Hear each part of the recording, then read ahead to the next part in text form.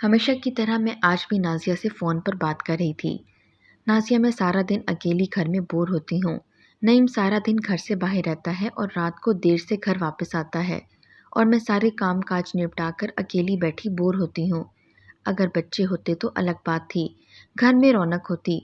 میری ساس ہر وقت منہ بنائے رکھتی ہے اور جیسے ہی شام ہوتی ہے اپنے بڑے بیٹے کے گھر چلی جاتی ہے جو اسی گلی میں ہے، اور جب واپس آتی ہے تو بولتی ہے بچوں سے گھر میں رونق ہوتی ہے۔ بڑے بیٹے کے بچوں کو جب تک نہ دیکھوں چین نہیں ملتا، اور میں چپ ہو جاتی ہوں کیونکہ بچوں کا نام لے کر ساس میری دکھتی رگ پر ہاتھ رکھتی ہے۔ میں ہمیشہ کی طرح اپنی کزن نازیہ کے ساتھ اپنا دکھڑا رو رہی تھی۔ یار تم بھی پاگل ہو، صحیح بولتا ہے نعیم، اتنی جلدی کیا ہے بچہ پیدا کرنے کی؟ ساس کی باتوں کو دل پر مت لو، ان کو بس لگتا ہے بہو بچہ پیدا کرنے کی مشین ہے۔ میں تو نعیم کی بات سے متفق ہوں، یہی تو دن ہے، گھومو پھرو موج کرو۔ نازیہ بھی ہمیشہ کی طرح مجھے لیکچر دے رہی تھی۔ میں نے نازیہ کو خداحافظ کہا اور فون بند کر دیا۔ سچ تو یہ تھا کہ نازیہ بھی میری بات نہیں سمجھ رہی تھی۔ جس پریشانی سے میں اس وقت گزر رہی تھی وہ میں ہی سمجھ سکتی تھی۔ میرا شوہر میری تکلیف نہیں سمجھتا تھا۔ جب بھی میں بچوں کا نام لیتی شوہر بولتا، ابھی ہماری عمر ہی کیا ہے، اتنی جلدی ہماری شادی ہو گئی، ابھی یہ دن انجوائے کرو، میں ابھی بچوں کی ذمہ داری نہیں اٹھا سکتا۔ حالانکہ شوہر کی اچھی خاصی آمدنی تھی، مگر جانے پیسے کہاں کرتا تھا۔ مہینے کے 20 دن کے اندر ہی میرے شوہر کی تنخواہ ختم ہو جاتی، حالانکہ خرچہ بھی اتنا نہیں تھا۔ امی کو اپنی پینشن ملتی تھی، میرا بھی کوئی خاص خرچہ نہیں تھا، نہ ہمارے بچے تھے۔ اگر میں نعیم سے پوچھتی تو ناراض ہو جاتا۔ اب مجھے شوہر پر شک ہونے لگا تھا کیونکہ وہ ہر شام گھر سے باہر نکل جاتا اور رات کو دیر سے واپس آتا۔ جب میں پوچھتی کہ سارا دن کہاں رہتے ہیں تو غصہ کر کے اپنی جان چھڑا لیتا۔ آخر میری اپنی بھی کوئی زندگی ہے، یار دوست ہیں، ان کے ساتھ ہوتا ہوں، سارا دن جاب پر ہوتا ہوں، میرا بھی دل کرتا ہے اپنی زندگی اپنی مرضی سے جیوں۔ شادی کی ہے تو اس کا یہ مطلب نہ نہیں ہے کہ میں تمہارا پابند ہو گیا ہوں۔ وہ ایسے غصہ کرتا اور میں خاموش ہو جاتی۔ آج صبح میری ساس نے پھر سے مجھے بچہ نہ ہونے کا طعنہ مارا تو میرا موڈ بہت ہی آف ہو گیا۔ دل تو کیا کہ کہہ دوں کہ اس میں میرا کوئی قصور نہیں ہے، آپ کا بیٹا ہی ابھی اولاد کی ذمہ داری سے بھاگ رہا ہے۔ مگر میں چپ کر گئی اور کمرے میں چلی گئی۔ آج پھر میں نے فون اٹھایا اور نازیہ کو کال کی۔ نازیہ میری خالہ کی بیٹی تھی۔ پہلے میرے اور نازیہ کے بیچ میں کوئی خاص رابطے نہیں تھے۔ بچپن میں بھی نازیہ ایک ضدی قسم کی لڑکی ہوا کرتی تھی اور مجھے ناپسند کیا کرتی تھی۔ شاید اس کی وجہ یہ تھی کہ ان لوگوں کی نسبت ہمارے پاس اچھا خاصا پیسہ تھا۔ ہمارے نانا نانی نے دونوں ہی بیٹیوں کو اچھے گھرانے میں شادی کی تھی، لیکن جلد ہی میرے بابا نے کافی ترقی کر لی اور ہمارا سٹیٹس خالہ والوں کے سٹیٹس سے کافی بہتر ہو گیا۔ یہی بات نازیہ کو پسند نہیں آتی تھی، حالانکہ میں نے کبھی بھی اسے نہیں جتایا تھا کہ میں کسی بھی حال میں اس سے بہتر ہوں۔ کل جب میں بیاہ کر اس شہر میں چلی آئی تو وہ یہاں سوائے میری خالہ کے میرا اور کوئی رشتہ دار نہیں تھا، اور اب نازیہ سے میری اچھی خاصی بن گئی تھی۔ میں اپنی ساری پریشانیاں اس سے بیان کیا کرتی تھی۔ آج بھی میں نے اسے کال کی پر اس نے بزی کر دیا، شاید مصروف ہوگی۔ میں نے امی کو کال کی اور میں نے انہیں بتایا۔ نہیں، مجھے ٹائم ہی نہیں دیتے، تو امی پریشان ہو گئی اور امی نے مجھے کہا کہ بیٹی کوئی گڑبڑ تو نہیں ہے، اپنے شوہر پر نظر رکھو، کہیں کوئی اور معاملہ تو نہیں ہے۔ یہ سن کر میں مزید پریشان ہو گئی۔ امی بھی کچھ غلط تو نہیں کہہ رہی تھیں، جبکہ میرے ذہن میں بھی ایسے خیالات آ رہے تھے۔ اب میں نے بھی سوچ لیا تھا کہ میں نعیم کا پیچھا کروں گی۔ آج دوپہر کو جب کھانا کھا کر نعیم ہمیشہ کی طرح باہر نکلا تو میں بھی عبایا پہن کر چپکے سے نعیم کے پیچھے چل پڑی۔ یہ عبایا بالکل نیا تھا اور نعیم نے نہیں دیکھا تھا، اسی لیے میں نے یہ نیا عبایا پہنا تھا تاکہ نعیم مجھے پہچان نہ سکے۔ ایک دن اس کا پیچھا کرتے ہوئے میں ایک گھر تک پہنچی تو میری جان نکل گئی، کیونکہ وہاں تو میری کزن نازیہ بیٹھی تھی۔ نعیم اور نازیہ دونوں نے میری طرف چونک کر دیکھا، مگر میں نے عبایا پہنا ہوا تھا، اس لیے وہ لوگ مجھے پہچان نہ سکے۔ مجھے سخت قسم کا صدمہ لگا۔ نعیم اور نازیہ، نعیم نازیہ کے ساتھ یہاں کیا کر رہا تھا؟ مگر جب مجھے اندازہ ہوا کہ دونوں نے مجھے نہیں پہچانا تو میں خود پر کنٹرول کر گئی۔ نازیہ آگے آئی، بولی، بی بی کون ہیں آپ، کیا کام ہے؟ نازیہ نے دو ٹوک انداز میں کہا، سوری، لگتا ہے میں غلط گھر آ گئی ہوں، میں نے آواز تبدیل کر کے بولا اور نعیم پر ایک نظر ڈالی۔ وہ اب اپنے موبائل میں کچھ دیکھ رہا تھا اور میں نازیہ سے مزید کوئی بات کیے بنا گھر آ گئی اور رونے لگی۔ مجھے سخت قسم کا صدمہ لگا تھا، مانا کہ مجھے تھوڑا اندازہ تھا کہ کسی لڑکی کا چکر ہے، تبھی نعیم گھر دیر سے آتا ہے اور مجھ سے بیزار رہنے لگا ہے، مگر میرے وہم و گمان میں بھی نہیں تھا کہ وہاں نازیہ ہوگی۔ نازیہ میری کزن تھی اور میری غمگسار بھی، میری خالہ زاد تھی۔ میں سارا دن پریشان پھرتی رہی، مجھے کچھ سمجھ نہیں آ رہا تھا کہ آخر نعیم نازیہ کے ساتھ اکیلے کیا کر رہے تھے۔ کچھ عرصہ پہلے نازیہ نے مجھے بولا تھا کہ وہ دوسرے گھر میں شفٹ ہو رہی ہے، مگر میں بالکل بھول گئی تھی اور دوبارہ نازیہ کے گھر جانا نہیں ہو پایا۔ ابھی میں انہی سوچوں میں گم تھی کہ نعیم آ گیا اور کافی اچھے موڈ میں لگ رہا تھا۔ اس کو دیکھ کر مجھے بہت غصہ آ رہا تھا۔ اب مجھے یقین آ گیا تھا کہ میرا شوہر میری آنکھوں میں دھول جھونک رہا ہے۔ آخر یہ سب کب سے چل رہا تھا؟ نعیم صبح مجھے نازیہ کے گھر لے جائیے گا، ایسا بول کر میں کافی غور سے نعیم کے تاثرات دیکھتی رہی۔ میری بات پر نعیم چونک گیا۔ کیوں؟ آج تمہیں بیٹھے بٹھائے نازیہ کیوں یاد آ گئی؟ نعیم رخ موڑ گیا اور میں مزید اس کے ایکسپریشن نہ دیکھ پائی۔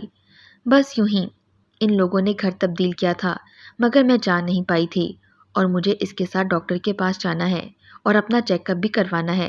میں نے بولا تو نعیم میری طرف دیکھ کر بولا، کیسا چیک اپ؟ اس نے کافی سنجیدہ لہجے میں بولا۔ آپ جانتے ہیں نہیں کہ میں کس چیک اپ کی بات کر رہی ہوں؟ میں نے ہمت کر کے کہا، کوئی ضرورت نہیں کسی چیک اپ کی۔ مجھے ضرورت ہے نعیم، 3 سال ہو گئے ہماری شادی کو، میں سب کے تانے سن سن کر تنگ آ گئی ہوں، سب مجھے بانجھ کہتے ہیں۔ میں بھی آج اونچی آواز میں بول کر واش روم میں چلی گئی اور دروازہ زور سے بند کیا اور کافی دیر تک روتی رہی۔ مجھے اتنا بڑا صدمہ لگا تھا اور میں ابھی نعیم اور نازیہ کو کچھ بول بھی نہیں سکتی تھی جب تک بات کی تہ تک نہیں جا پاتی۔ میں نے واش روم کا دروازہ کھولا تو نعیم بیڈ پر سونے کا ناٹک کر رہا تھا اور اپنی ناراضگی دکھا رہا تھا، مگر میں آج نعیم کو منانے کی بجائے کمرے سے باہر نکل آئی۔ مجھے لگ رہا تھا کہ میرا دل بند ہو جائے گا۔ میں نے موبائل اٹھا کر نازیہ کا نمبر دوبارہ ملایا۔ ہیلو نازیہ، کل میرے ساتھ چلنا ڈاکٹر کے پاس، میں نے بغیر سلام دعا کے سیدھا بول دیا۔ کیا بات ہے؟ طبیعت تو ٹھیک ہے؟ ہاں طبیعت ٹھیک ہے، مجھے چیک اپ کروانا ہے۔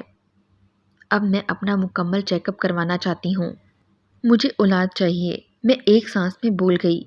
ارے اتنی جلدی تمہیں کس بات کی ہے؟ نازیہ کی آج بھی وہی ضد تھی۔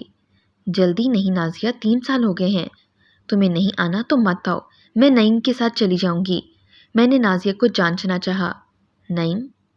نعیم تمہیں لے جائے گا؟ نازیہ کا لہجہ عجیب تھا، مجھے بھی غصہ آیا۔ میں نے ایک دم بولا، ہاں کیوں نہیں لے جائے گا، وہ میری کوئی بات نہیں ٹالتا۔ اچھا ٹھیک ہے، میں فون رکھتی ہوں۔ میں نے فون رکھ دیا۔ اب مجھے معلوم تھا کہ نازیہ ضرور نعیم کو فون کرے گی۔ میں جا کر دروازے پر کھڑی ہو گئی۔ اسی وقت نعیم کا فون بجا۔ ہیلو، ہاں بولو۔ نہیں میں نہیں لے جا رہا کسی ڈاکٹر کے پاس، تم اطمینان رکھو۔ یار پلیز میرا دماغ مت کھاؤ۔ کیا اس وقت؟ میں اس وقت کیسے آ سکتا ہوں؟ کل آ جاؤں گا۔ پلیز اب زیادہ میرا دماغ مت کھاؤ، میں نے بولا نا کل آ جاؤں گا۔ یہ کہہ کر نعیم نے فون کاٹ دیا۔ میرا سارا جسم بوجھل ہو گیا، مجھے لگا جیسے میں گر پڑوں گی۔ جانے کیسے ہمت کی اور آ کر بیڈ پر لیٹ گئی۔ صبح ہوئی تو نعیم مجھ سے بغیر کوئی بات کیے اور بغیر ناشتہ کیے آفس چلے گئے۔ میں سارا دن روتی اور سسکتی رہی۔ نعیم کا آفس سے واپسی کا ٹائم ہوا لیکن انہوں نے آنے میں دیر کر دی۔ میں سمجھ گئی کہ ضرور یہ سیدھا نازیہ کے پاس ہی چلے گئے ہوں گے۔ میں نے نازیہ کو کال ملائی لیکن نازیہ نے میرا فون کاٹ دیا۔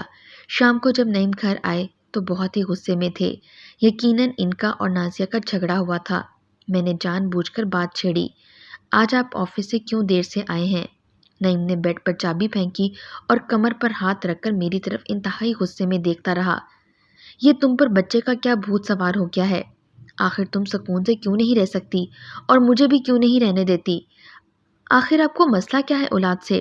میں نے بھی جواب میں بولا، ہر چیز کا ایک وقت ہوتا ہے بشرا، جب میں نے انکار کر دیا ہے تو تمہیں میری بات ماننی چاہیے، اور اب یہ ٹاپک بند کرو اور مجھے پریشان مت کرو۔ نعیم مجھے انگلی دکھاتے ہوئے بولے، کہ آئندہ اگر اس گھر میں بچے کی بات ہوئی تو مجھ سے برا کوئی نہیں ہوگا۔ ایسا کہہ کر وہ واش روم میں چلے گئے۔ اسی وقت میرا فون بجا۔ میں نے دیکھا تو نازیہ کا فون تھا۔ میں ایک دم سے کمرے سے باہر نکل گئی اور میں نے اس کا فون اٹھایا۔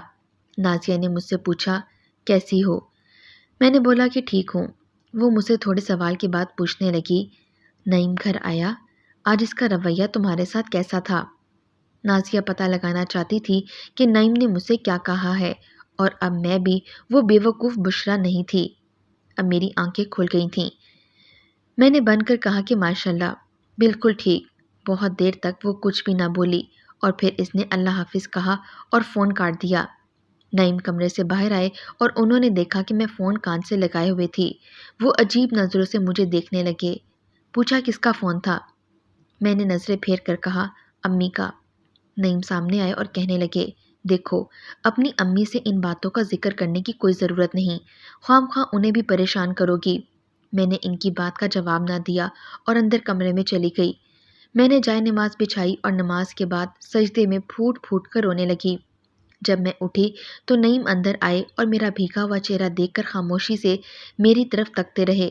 کچھ دن یوں ہی بیتے۔ میرا وہی حال تھا، میں ہر وقت اداس رہتی یا روتی رہتی۔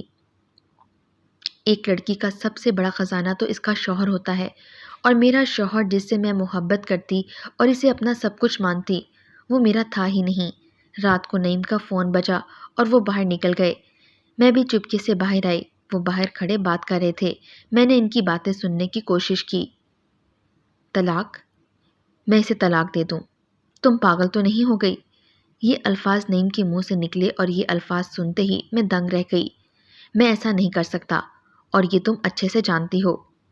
میں واپس مردہ قدموں کے ساتھ کمرے میں آئی اور صدمے میں بیٹھی رہی۔ وہ رات جانے میں نے کیسے گزاری۔ سوچا کہ امی کے گھر چلی جاؤں۔ اب مجھ میں مزید کچھ سہنے کی ہمت نہیں تھی۔ میں نے سوچا کہ آج نعیم شام کو گھر آئیں گے تو میں بول دوں گی، مجھے امی کے پاس جانا ہے۔ اب میں ہمت ہار چکی تھی۔ شاید نعیم نازیہ کی بات مان کر مجھے طلاق دے دے۔ شام کو نعیم گھر آئے تو بہت پریشان تھے، سر پکڑ کر بیٹھے ہوئے تھے۔ نعیم کی حالت دیکھ کر میں کچھ نہ بول پائی۔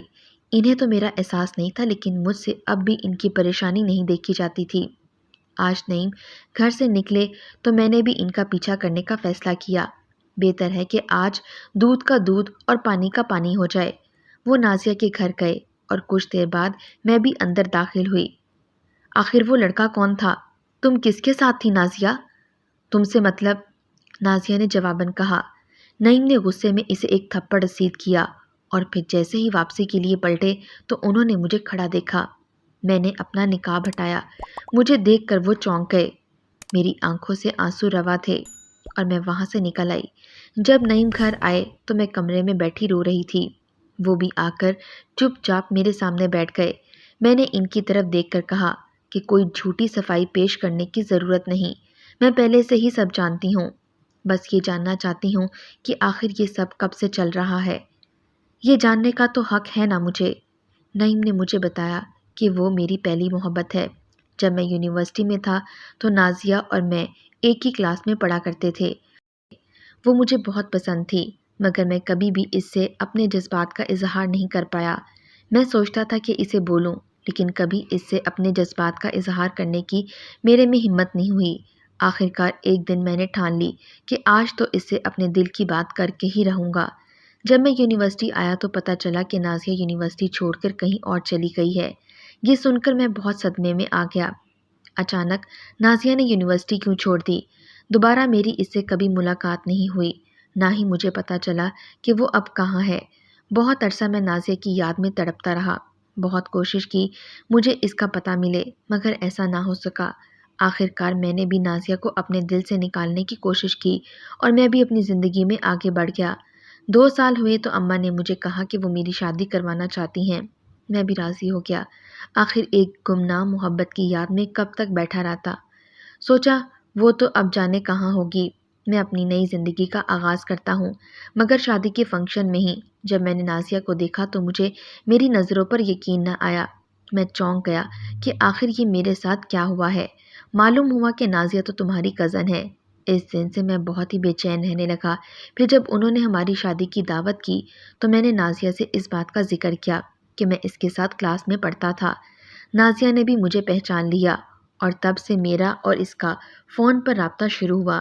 پہلے دوستی ہوئی، پھر ایک دن میں نے نازیہ کو بتایا کہ میں اسے کتنا چاہتا ہوں، مگر وہ مجھے نہ ملی، اور ملی بھی تو میری شادی کے دن۔ کچھ دن بعد نازیہ نے بھی مجھ سے محبت کا اظہار کیا۔ میں بہت پریشان ہو گیا۔ آخر یہ میرے ساتھ کیا ہو رہا تھا؟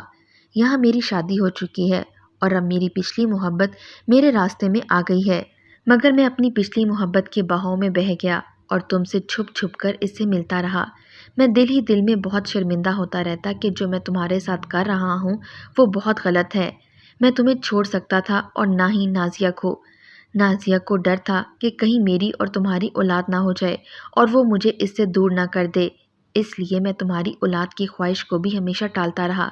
اب جب تم نے اسے بتایا کہ تم علاج کروانا چاہتی ہو تو اس کے بعد پھر وہ مجھ سے بہت ناراض تھی۔ کچھ دن اس نے مجھ سے بات بھی نہ کی۔ پھر ایک دن جب میں آفس سے واپسی میں چائے پینے کے لیے ایک جگہ رکا تو میں نے دیکھا وہ کسی لڑکے کے ساتھ بیٹھی ہوئی تھی اور وہ ایک دوسرے کے ہاتھ تھامے ہوئے تھے۔ یہ دیکھ کر میرے پیروں تلے سے زمین نکل گئی۔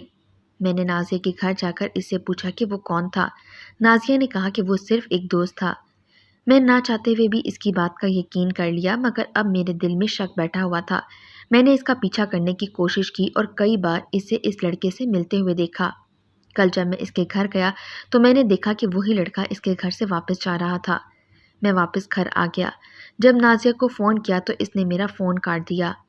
اب میرا شک یقین میں بدل چکا تھا، وہ مجھے دھوکہ دے رہی تھی۔ میں بہت مایوس ہوا اور آج جا کر جب میں نے اس سے سوال کیا تو اس نے تو جیسے مجھ سے لا تعلقی کا اظہار کر دیا۔ میں بت بن کر نعیم کی ساری باتیں سنتی رہی۔